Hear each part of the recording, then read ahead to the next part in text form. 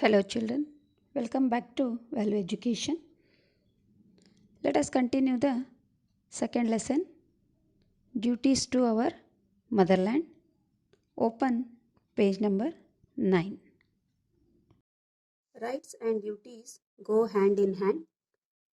The right of one person becomes the duty of other persons. If I have the right to live, it is the duty of others to let me live peacefully. Every citizen expects his country to give him protection. So it is the duty of the state to give him protection. Rights and duties are both equal. They go hand in hand. They go together. If you have a right means you also have a duty towards it. The right of one person becomes the duty of other persons. For example, if I have the right to live, it is the duty of others to let me live peacefully. Take another example. If you have a right to education, then it is the duty of your parents to give you education. So your right becomes their duty. In the same way, every citizen expects his country to give him protection. So getting protection is the right of every citizen. So it is the duty of the state or the government to provide him protection. It should make its citizens to live peacefully without any fear.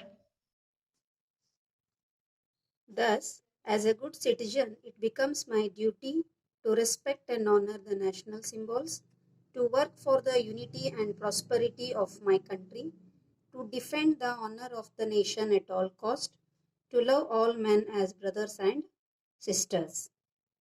As we all think of our rights, like right to get education, right to get food, right to follow any religion, right of speech, etc., we should also have responsibilities or duties on the other side. So, being a good citizen, it is our duty to respect and honor the national symbols. We should work for the unity and prosperity of our country. We all should be united. We should not fight on the basis of any religion, creed, caste, or region, etc. And all our work should be towards the progress or development of our country. To defend the honor of the nation at all cost. At any time, we should not lose the honor of the nation.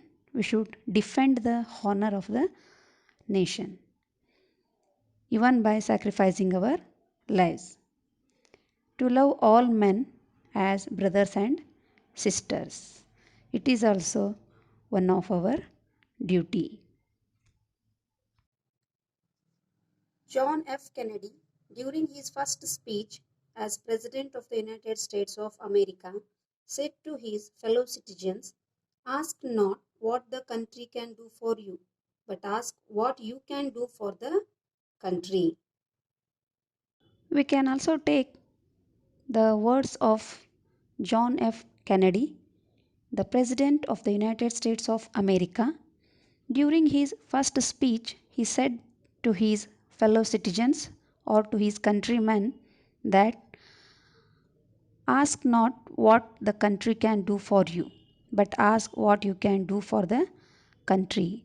It means don't ask what country will do for you, but ask to yourself that what you can do for the country.